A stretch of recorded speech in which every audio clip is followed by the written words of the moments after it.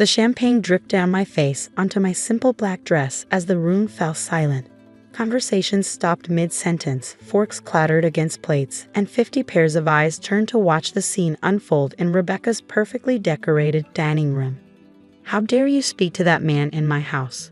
Rebecca screamed, her perfectly manicured finger pointing at James Bennett, who stood awkwardly by the appetizer table. "You know what he did to me." My brother Thomas rushed to my side with a napkin. "Beck, you've gone too far." "Too far?" Rebecca's laugh was shrill. "That man destroyed my career at Morton and Price. And now my own sister-in-law is chatting with him like they're old friends." I dabbed at my face, maintaining my composure despite the expensive champagne ruining my makeup. The same champagne Rebecca had mockingly called wasted on someone with such pedestrian taste earlier this evening. "James and I were discussing business," I said quietly, watching her face contort with disdain. "Business?" she sneered. "What would a middle school math teacher know about real business, about running a fashion empire?" If she only knew about the meetings I'd been having all month, the papers I'd signed yesterday, the changes coming to her precious elite fashion group. "Rebecca," James stepped forward. "I didn't fire you from Morton and Price. You were asked to resign after you claimed I was leaking designs to competitors." She whirled on him. "But look at me now. Vice President of Marketing at Elite Fashion Group. I'm worth 10 times what I was at your pathetic company." I caught James's eye and saw his slight nod. He knew what was coming. After all, he'd been instrumental in the deal. "Speaking at the Elite Fashion Group," I began, but Rebecca cut me off. "Don't even pretend to understand my world, Sarah. Go back to your little classroom with your little salary and your off-the-rack clothes." She gestured dismissively. "Some of us were meant for bigger things." Thomas tried to intervene again. "Rebecca, that's enough." "No, let her finish," I said, pulling out my phone. "I'd love to hear more about Elite Fashion Group's success, especially the recent quarterly reports." Rebecca's perfect smile faltered slightly. "What would you know about our reports?" "More than you think." I scrolled through my emails. For instance, I know about the manufacturing delays in Milan, the failed launch in Asian markets, the hemorrhaging of major investors, the color drained from her face. Those are confidential. And the internal investigation into leaked designs. I looked pointedly at James. History does have a way of repeating itself. "How dare you?" She grabbed another glass of champagne, but Thomas caught her wrist before she could throw it. "Because," I said, pulling up a final email, "as of yesterday at 5 p.m., I am controlling interest in a late fashion group." The glass slipped from Rebecca's hand, shattering on the imported marble floor. "That's impossible. The buyout was by Aurora Investments, my investment firm," I finished for her. "The same one that acquired Morton and Price last year. James here has been an excellent advisor in fashion industry acquisitions." The room had gone so quiet you could hear the classical music playing softly in the background. A playlist I knew Rebecca had carefully curated to impress her guests. "You're lying," she whispered, but there was fear in her eyes now. I forwarded the email to her phone and watched her hands shake as she read the official announcement that would go public on Monday. 15 years, I said softly. 15 years of you mocking my career choices, my clothes, my lifestyle, all while embezzling from every company you worked for. I never." "Save it for the board meeting on Monday." I smiled. "Oh, did I mention? James is returning as CEO. We have some interesting files to discuss."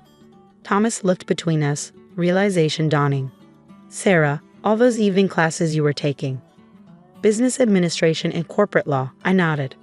Turns out teaching math was excellent preparation for analyzing fashion industry financials. Rebecca's guests had begun to whisper, phones already lighting up as the city's elite picked up on the drama unfolding.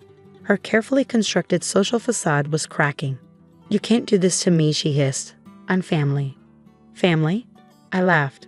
"Was it family when you told everyone at my father's funeral that I was a disappointment to him? When you spread rumors that I couldn't afford a real career? When you excluded my students from your precious fashion mentorship program because they weren't from the right neighborhoods?" James stepped forward. "The board meeting is at 9 a.m. sharp, Rebecca. I suggest you bring your resignation letter." "And Rebecca," I added, picking up my modest handbag, the one she'd ridiculed earlier. "That champagne you just threw? I own the vineyard now, too." As I turned to leave, Thomas caught my arm. "Why didn't you ever tell me about building an investment empire while teaching algebra?" I smiled. Some lessons are better learned through demonstration. The last thing I saw as I walked out was Rebecca sinking into her expensive dining chair, mascara running down her face, staring at the email that spelled the end of her fashionable facade. Monday was going to be interesting indeed. Monday morning arrived with a media frenzy outside a late fashion group's headquarters. Rebecca's dramatic party scene had already made the rounds on social media, with #TeacherBoss trending alongside leaked clips of her champagne pro. I walked into the boardroom at exactly 8:55 a.m., wearing a custom suit from James's new independent label. Rebecca sat at her usual spot, clutching a Hermes bag I knew she charged to the company account last month. Before we begin, she announced desperately, "I want to clarify that Saturday's events were a personal matter." "Actually," I interrupted, taking my seat at the head of the table, "your public assault of the company's new owner is very much a business matter." The board members, mostly Rebecca's carefully selected allies, shifted uncomfortably. James entered with a thick folder of documents. "Let's start with the Milan disaster," he said, distributing reports. Specifically, how designs were leaked to competitors weeks before launch. Rebecca's perfectly styled hair couldn't hide her nervous fidgeting. "That was never proven." Page 3, I directed the board. "Bank transfers from rival fashion house to an offshore account. The same pattern we found at Morton & Price 3 years ago." "You've been investigating me," Rebecca's voice cracked. "For 18 months, James confirmed. "Ever since Sarah approached me about acquiring a lit fashion group." I pulled up the presentation screen. "While you were mocking my little teacher salary, I was building a case. Every leaked design, every embezzled fund, every false expense report." "Those bags were for work," she protested. Monday morning arrived with a media frenzy outside a late fashion group's headquarters. Rebecca's dramatic party scene had already made the rounds on social media, with #TeacherBoss trending alongside leaked clips of her champagne pro.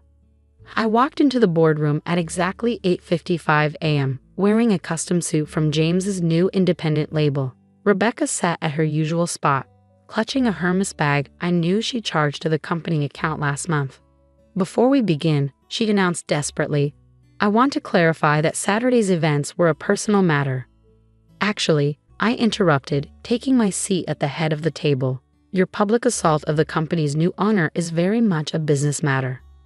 The board members, mostly Rebecca's carefully selected allies, shifted uncomfortably. James entered with a thick folder of documents. "Let's start with the Milan disaster," he said, distributing reports. Specifically, how designs were leaked to competitors weeks before launch. Rebecca's perfectly styled hair couldn't hide her nervous fidgeting. "That was never proven." Page 3, I directed the board. "Bank transfers from rival fashion house to an offshore account. The same pattern we found at Morton & Price 3 years ago." "You've been investigating me," Rebecca's voice cracked. "For 18 months, James confirmed. Ever since Sarah approached me about acquiring a lit fashion group." I pulled up the presentation screen. "While you were mocking my little teacher salary, I was building a case. Every leaked design, every embezzled fund, every false expense report." "Those bags were for work," she protested. The 10 Birkins charged to marketing research. I clicked through photos, or the business trips to Paris that just happened to coincide with Fashion Week. Thomas, whom I'd invited as a witness, watched his wife crumble. "Beck, what did you do?" "What I had to," she snapped. "To maintain appearances, to be taken seriously in this industry. To feed your ego," I corrected, "while rejecting talented designers because they didn't come from wealthy families." The board members reviewed the evidence, their faces growing darker. Rebecca's biggest supporter, a man who frequently flirted with her at company events, wouldn't meet her eyes. "You have 2 options," I stated clearly. "Resign quietly and return the embezzled funds, or face public prosecution." "You wouldn't dare," she whispered. "Think of what this would do to Thomas." "Like you thought of him when you were stealing from the company?" I raised an eyebrow. "Or when you were meeting that junior designer in Paris?" Thomas's head snapped up. Rebecca went pale. "That's right," I continued. "We have those receipts too. The solo business trips weren't so solo, were they?" "I can explain." She turned to Thomas, but he was already walking out of the boardroom. Your resignation letter. James placed it in front of her. Or should we continue with the Paris photos? Her hand trembled as she reached for the pen. Everything I built. You built nothing, I corrected. You stole, cheated, and climbed over others. Now we're going to show you what real leadership looks like. By ruining me?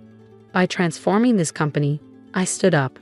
The mentorship program you rejected, we're implementing it across all departments. Those scholarship cases you mocked, they're getting internships. Real fashion should be accessible to everyone with talent, not just those with trust funds. Rebecca's signature was shaky but final. As security waited to escort her out, she turned to me one last time. I never understood, she said quietly. How did a math teacher outsmart me? Because I actually did the math, I replied. And unlike you, I learned that true value isn't in the price tag. As she was led out, her designer heels clicking for the last time on a late fashion group's marble floors, James turned to me with a slight smile.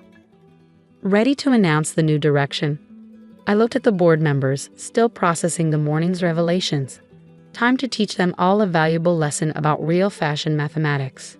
6 months later, I stood on a late fashion group's newly renovated design floor, watching students from my former math class present their collection ideas. The space, once reserved for only the most prestigious designers, now buzzed with diverse talent from all backgrounds. Miss Park, one of my former students, called out, "We applied the golden ratio you taught us to the dress patterns." I smiled, remembering how Rebecca had once sneered at my suggestion to use mathematical principles in fashion design. Now, our Math Meets Fashion program was revolutionizing the industry. The elevator dinged and Thomas stepped out. Since Rebecca's departure, he'd been slowly healing, even joining our company's legal team to help protect young designers' rights. The Paris collection numbers are in, he said, handing me a tablet. Turns out authenticity sells better than exclusivity. Our first show under new management had featured designs from scholarship students alongside established names. The fashion world had initially scoffed until the sales figures proved them wrong. Have you heard from her? I asked quietly. Rebecca? He shook his head. Last I heard, she was trying to launch her own line, but without company funds to steal from. Sir, a young intern rushed up to us. James Bennett is here with the community college representatives. The meeting room was filled with educators from local schools, the same institutions Rebecca had refused to work with. James stood at the front, explaining our new apprenticeship program. Every student with talent deserves a chance, he was saying, regardless of their zip code or bank account. I joined them, knowing how different this room felt from the elitist space it had been 6 months ago. The pretentious art had been replaced with student designs. The exclusive guest list had given way to open doors. Sarah, James nodded to me, want to tell them about the mathematics of sustainable fashion. As I took the podium, I caught a glimpse of movement in the hallway. Rebecca stood outside the glass walls, watching.